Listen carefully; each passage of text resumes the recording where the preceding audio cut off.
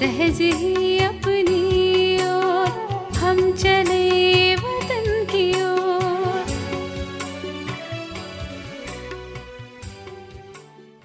ஓம் சாந்தி. 18/6/1974 அவ்யக்த பாப்தாதா மதபன். வாணியின் தலைப்பு light house மற்றும் மைட் ஹவுஸ் ஆகி புது உலகை படைப்பவர் ஆகுங்கள். தன்னை லைட் ஹவுஸ் மற்றும் மைட் ஹவுஸ் என்று நினைத்து நடந்து கொண்டிருக்கிறீர்களா? லைட் ஒளி ஞானம் மற்றும் மைட் சக்தி என்று மட்டும் இல்லாமல் லைட் ஹவுஸ் மற்றும் மைட் ஹவுஸாக நினைப்பது, அதாவது லைட் மற்றும் மைட் கொடுக்கக்கூடிய வள்ளல் எப்பொழுது தன்னிடம் அவ்வளவு சேமிப்பு இருக்குமோ அப்பொழுதுதான் ஹவுஸாக ஆக முடியும். ஒருவேளை சுயம் எப்பொழுதும் லைட் சொரூபமாக ஆக முடிவதில்லை மற்றும் லைட் சொரூபத்தில் எப்பொழுதும் நிலைத்திருக்க முடியவில்லை என்றால் அவர் லைட் ஹவுஸ் ஆகி மற்ற ஆத்மாக்களுக்கு லைட் கொடுக்க முடியாது. யார் தானே மாஸ்டர் சர்வசக்திவானாக இருந்தும் தனக்காக அனைத்து சக்திகளையும் உபயோகப்படுத்த முடியவில்லை என்றால் அவர் மைட் ஹவுஸ் ஆகி மற்ற ஆத்மாக்களுக்கு சர்வசக்திகளின் தானத்தை எப்படி கொடுக்க முடியும்? நான் லைட் மற்றும் மைட் ஹவுஸாக ஆகியிருக்கிறேனா என்று உங்களையே கேளுங்கள். எந்த ஒரு ஆத்மாவும் ஒருவேளை ஏதாவது சக்தியை பெற வேண்டும் என்ற ஆசை வைத்து உங்கள் எதிரில் வருகிறது என்றால் அந்த ஆத்மாவுக்கு அந்த சக்தியை நீங்கள் கொடுக்க முடியுமா? ஒருவேளை சகித்து கொள்ளும் சக்தி மற்றும் நிர்ணயம் செய்யும் சக்தியின் ஆசையை வைத்துக்கொண்டு யாராவது வருகிறார், ஆனால் நீங்களோ அவருக்கு உள்ளடக்கும் சக்தி அல்லது பகுத்தறியும் சக்தியை தானமாக கொடுத்தீர்கள் என்றால் எப்படி அந்த நேரம் அந்த ஆத்மாவுக்கு சகித்து கொள்ளும் சக்தியின் தானம் அவசியமாக இருக்கும் பொழுது ஒருவேளை இவர் அதை கொடுக்க முடியவில்லை என்றால் அந்த மாதிரியான ஆத்மாவை மகாதானி, வரதானி அல்லது விஸ்வ கல்யாணி என்று கூற முடியுமா? ஒருவேளை தன்னிலேயே ஏதாவது ஒரு சக்தியின் குறை இருக்கிறது என்றால் மற்றவர்களை சர்வசக்திவான் தந்தையின் ஆஸ்தியின் அதிகாரியாக மற்றும் மாஸ்டர் சர்வசக்திவானாக எப்படி ஆக்க முடியும்? சூரிய வம்சத்தினர் சர்வசக்திவான் ஆவார்கள் மற்றும் சந்திர வம்சத்தினர் சக்திவான் ஆவார்கள். ஒருவேளை ஒரு சக்தியின் குறை இருக்கிறது என்றாலும் சர்வசக்திவானுக்கு பதிலாக சக்திவான் என்று கூறப்படுவார். அதாவது சூரிய வம்சத்தின் ராஜ்ய பாக்கியத்தின் அதிகாரியாக ஆக முடியாது. சர்வசக்திவான் தான் சர்வகுண சம்பன்னமான 16 கலைகள் சம்பூர்ணமாவதற்காக உரிமையுள்ளவராக ஆகின்றார். குறைந்த சக்தி உடையவர் நன்மை செய்பவர் ஆக முடியும், ஆனால் உலக நன்மை செய்பவராக ஆக முடியாது. ஒருவேளை ஏதாவது ஒரு ஆத்மாவிற்கு உள்ளடக்கும் சக்தி தேவையாக இருக்கிறது, நீங்கள் அவருக்கு விஸ்தாரம் செய்யும் சக்தியை கொடுத்து விட்டீர்கள் மற்றும் பிற பல சக்திகளையும் கொடுத்து விட்டீர்கள். ஆனால் அவருக்கு என்ன தேவையாக இருந்ததோ அதை கொடுக்க முடியவில்லை என்றால் அந்த ஆத்மா திருப்தி அடையுமா? உங்களை உலகிற்கு நன்மை செய்பவர் என்று ஏற்றுக்கொள்ளுமா? யாருக்காவது தண்ணீர் தாகமாக இருக்கும்போது நீங்கள் அவருக்கு 36 வகை உணவை கொடுத்து விட்டீர்கள். ஆனால் தண்ணீர் தாகமுள்ளவர் 36 வகை உணவினால் திருப்தி ஆவாரா? உங்களுக்கு நன்றி கூறுவாரா? தண்ணீருக்கு பதிலாக நீங்கள் அவருக்கு வைரத்தையே கொடுத்தாலும் அந்த நேரம் அந்த ஆத்மாவிற்கு தண்ணீரின் ஒரு துளியின் மதிப்பு அநேக வைரங்களையும் விட அதிகமாகும். அதுபோலவே நீங்கள் உங்களிடம் அனைத்து சக்திகளின் இருப்பை சேமிப்பாக வைக்கவில்லை என்றால் அனைத்து ஆத்மாக்களை திருப்திப்படுத்தக்கூடிய திருப்திமணி ஆக முடியாது. மற்றும் அனைத்து ஆத்மாக்களும் உங்களை உயிர் கொடுத்தவர் அனைத்து சக்திகளும் கொடுத்தவர் என்று ஏற்றுக்கொள்ளாது. ஒருவேளை உலகின் அனைத்து ஆத்மாக்களின் மூலமாக உலக நன்மை செய்பவர் மரியாதைக்குரியவராக ஆகவில்லை என்றால் மரியாதைக்குரியவராகாமல் பூஜைக்குரியவராகவும் ஆக முடியாது. திருப்தி மணியாக ஆகாமல் பாப்தாதாவின் நெற்றியின் மணிகளாகவும் ஆக முடியாது. அந்த மாதிரி நுணுக்கமான சோதனை செய்கிறீர்களா, அல்லது இதுவரையிலும் முக்கிய விஷயங்களின் சோதனை செய்வது கூட கடினமாக அனுபவமாகிறதா? ஒருவேளை சோதனை செய்ய தெரியவில்லை, மேலும் நினைத்தும் கூட தன்னுடைய இயற்கையான சம்ஸ்காரம் உருவாவதில்லை என்றால் அவருக்கு ஒரு டைட்டில் குறைந்து விடுகிறது. அது எது? ஒவ்வொரு பாடத்திற்கும் ஒவ்வொரு டைட்டில் இருக்கிறது. 4 பாடங்களின் 4 டைட்டில்கள் எவை? முதலில் ஞானத்தின் பாடத்தில் முதன்மையான ஆத்மாவிற்கான டைட்டில் மாஸ்டர் ஞானக்கடல், மேலும் ஞானம் நிறைந்தவர் மற்றும் சுயதர்ஷன சக்கரதாரி என்று கூறினாலும் விஷயம் ஒன்றுதான்.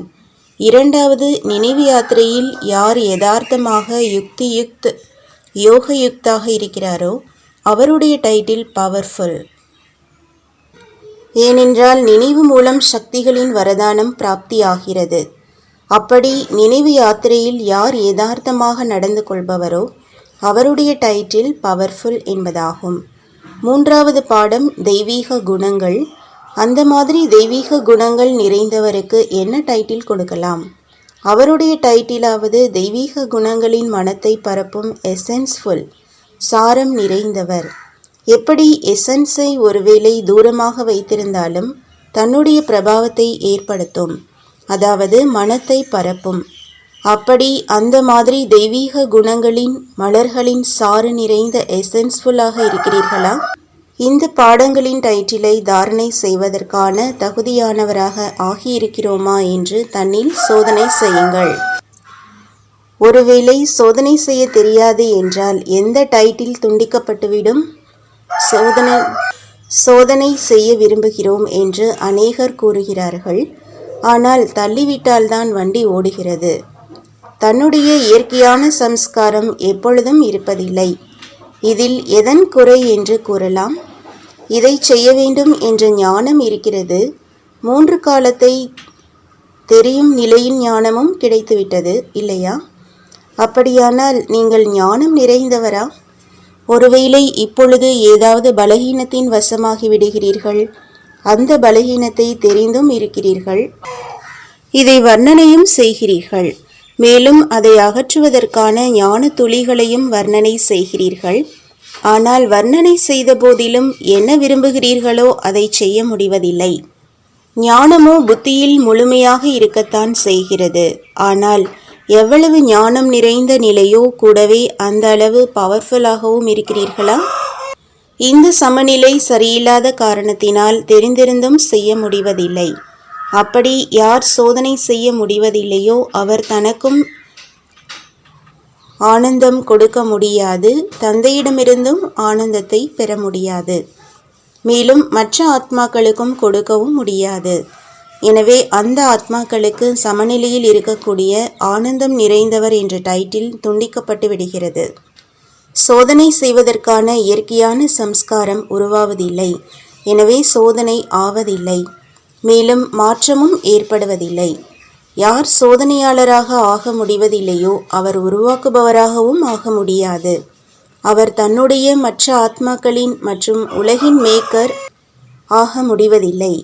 புது உலகை படைப்பவர் மற்றும் புது வாழ்க்கையை உருவாக்குபவர் என்ற இந்த மகிமையின் அதிகாரியாக ஆக முடியாது. எனவே இப்பொழுது செக்கராக ஆகுங்கள்.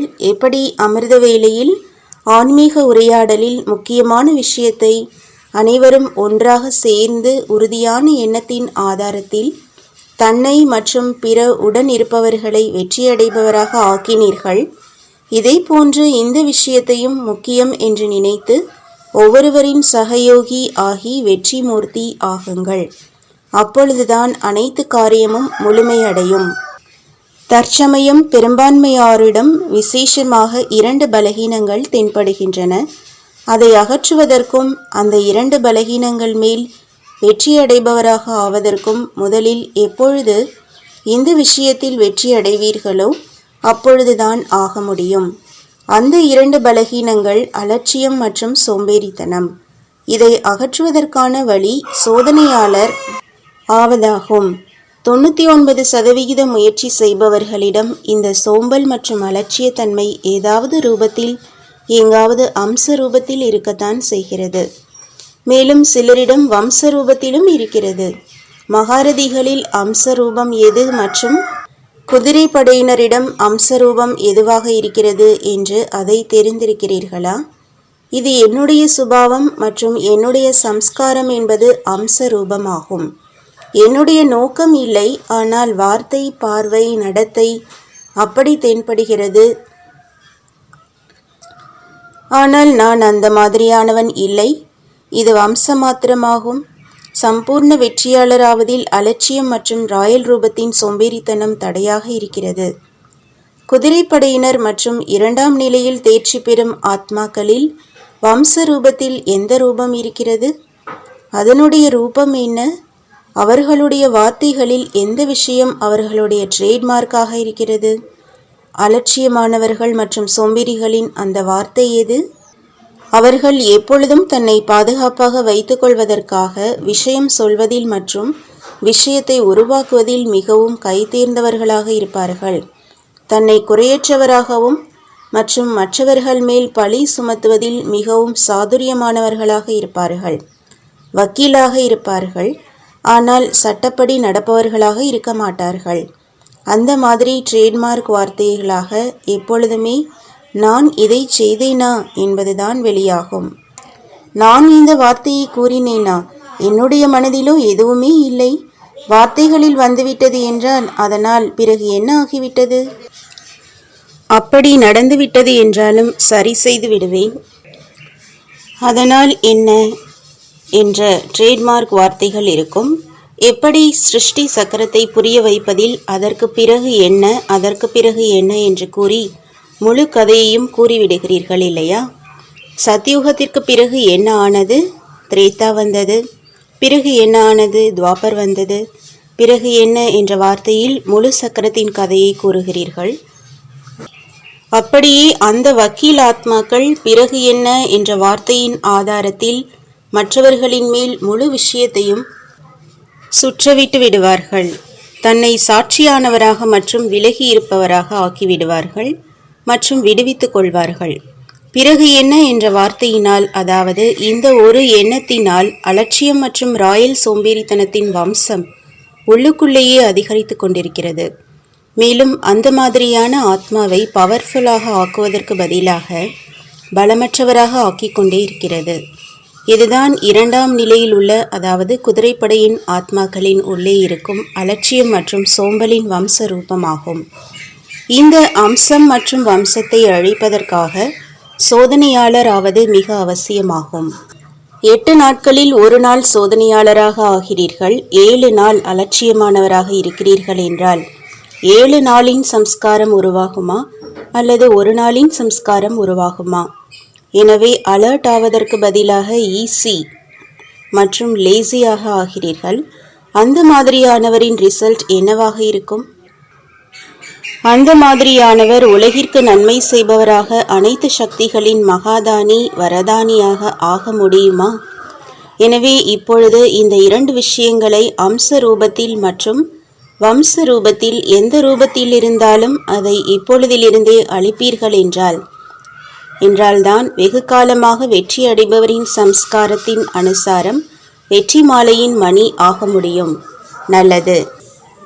அந்த மாதிரி கேட்கும் மற்றும் சொரூபம் ஆகக்கூடியவர்களுக்கு, எண்ணத்தை ஒரு நொடியில் நடைமுறையில் கொண்டு வரக்கூடியவர்களுக்கு லைட் ஹவுஸ் மற்றும் மைட் ஹவுஸ் ஆகி அனைத்து ஆத்மாக்களையும் சர்வசக்திகளினால் திருப்திப்படுத்தக்கூடிய திருப்தி மணிகள், நெற்றியின் மணிகள், எப்பொழுதும் தன்மேல் மற்றும் ஒவ்வொரு எண்ணத்தின் மேல் சோதனையாளர் ஆகக்கூடிய புது உலகின் படைப்பவர் மற்றும் உலக நன்மை செய்யும் ஆத்மாக்களுக்கு பரமாத்மா மற்றும் மிக உயர்ந்த ஆத்மா பாப் தாதாவின் அன்பு நினைவுகள், இரவு வணக்கம் மற்றும் நமஸ்காரம். வரதானம். பயிற்சி மூலமாக மனம் புத்தியை அனுபவங்களின் ஆசனத்தில் அமர்ந்திருக்க செய்யக்கூடிய தடையற்றவர் ஆகுங்கள். ஒருமுகப்படுத்தும் சக்தி சுலபமாகவே தடையற்றவராக ஆக்கிவிடுகிறது. இதற்காக மனம் மற்றும் புத்தியை ஏதாவது அனுபவத்தின் ஆசனத்தில் நிலைத்திருக்க செய்துவிடுங்கள். ஒருமுகப்படுத்தும் சக்தி தானாகவே ஒரு தந்தையை தவிர வேறு யாரும் இல்லை என்ற இந்த அனுபவத்தை செய்விக்கிறது. மேலும் இதனால் சுலபமாகவே ஒரே சீரான நிலை உருவாகிவிடுகிறது. அனைவருக்காகவும் நன்மை பயக்கும் உள் உணர்வு இருக்கிறது. ஒருமுகப்படுத்தும் பயிற்சி மூலம் சகோதரன் என்ற பார்வை இருக்கிறது. அவரை ஒருபொழுதும் ஏதாவது பலகீனமான சம்ஸ்காரம், ஏதாவது ஆத்மா, இயற்கை அல்லது எந்தவிதமான ராயல் மாயாவும் நிலைக்குலைய செய்ய முடியாது. ஸ்லோகன்: ஒரு நொடியில் விஸ்தாரத்தை சாரத்தில் உள்ளடக்கும் பயிற்சிதான் கடைசி சான்றிதழை பெற முடியும், பெறச் செய்யும். ஓம் சாந்தி. ओम। तुम बच्चों को तो सर्विस करनी है, जो बाबा कहते हैं सबको ये बताओ कि देखो तुम्हारा एम एंड ऑब्जेक्ट ये है, एक गीता है बगैर, ये राजयोग है ना बच्चे। कैसे है राजयोग? बिल्कुल सहज है कि बाप को याद करो तो ये वैसा मिलेगा तुमको। ओम शांति।